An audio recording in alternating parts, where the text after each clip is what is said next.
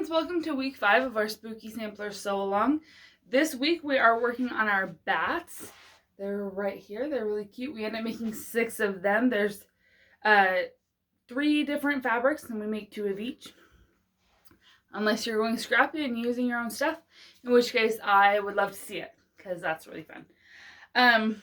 For our bats, we have 2 that are made with our black spiders, which is really fun. Seriously, you guys, this print makes me think of Jack Skellington in The Nightmare Before Christmas, which is like my daughter's favorite thing in the world.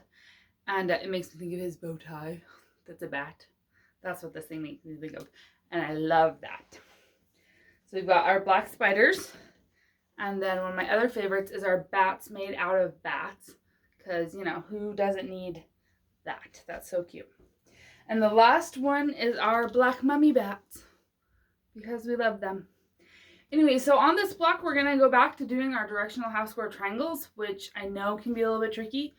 We are using more than half of them this time, which is fun. So you're going to make 8 sets, and you're going to use 8 of one of them on the bottom, and then 2 of your extras that would have been extras in some of our last go rounds actually get flipped over to make our bat ears on the top. So it's not quite as many leftovers, but you are going to have leftovers, so I am going to have to find a way to use them, which is fun. So bats, other than that, it's a couple flip and stitch corners. You guys can totally do this. You got this. They're fun. Our flip and stitch corners here.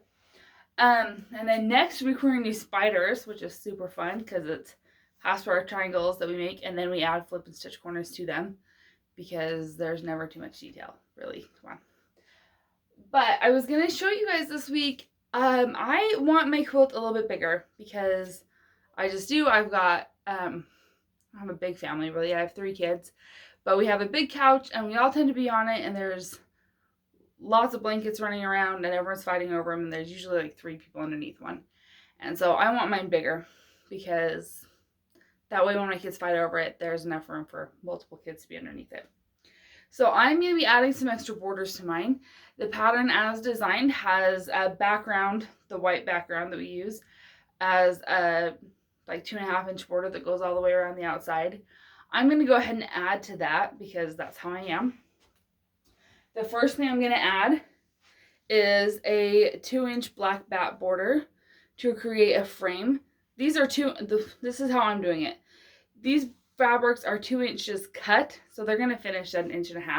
So it's just going to be a cute little narrow black frame to go around the quilt to let all the little characters in the quilt show off and have that frame. And then I really wanted to use one of the fun prints from the collection that we're not using in this quilt, and I chose the fun like laundry print where we've got costumes hanging on the clothesline. And I chose it in orange. But I'm going to go ahead and have probably about a 6-inch border. This is the one piece I haven't cut yet because I haven't decided quite exactly how big I'm going to be. But I'm thinking about 6 inches because I kind of really want this big chunk of orange all the way around. This is a lighter pumpkin orange. And our binding, at least in the kit, as spec'd by the pattern, is the darker orange with the spiders on it. And it's kind of a stripy binding, and Liz loves stripy bindings. It's like my favorite thing in the world. And for some reason, I just couldn't quite, I really wanted this orange border, but I didn't want these 2 to butt up next to each other because, I don't know, I have a problem with that. And so, I am going to be throwing in a fun little black spider flange. If you don't know what a flange is, you can look a little bit further back on our YouTube channel. Jen and I did a whole video about how to add a flange to your binding, and it can explain that to you. But what it means is we'll have this little 1/8 of an inch of the black hanging out right there between the binding and the border. And what that does is it makes those 2 oranges not necessarily touch, and that makes it more visually appealing, at least for me.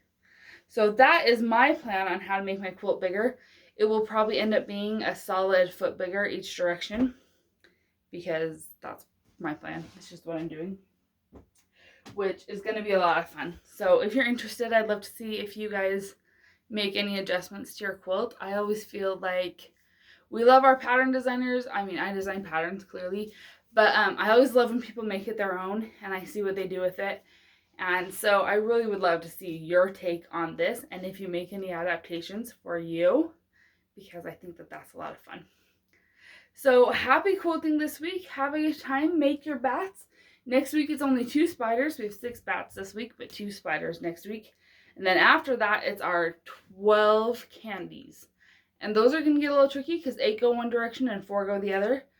But I think they'll be a lot of fun. And then we get to assemble this thing, guys. We're really not that far from done, which is super exciting. So have a good week. Happy sewing. Enjoy your time. And I will see you guys soon. Bye-bye.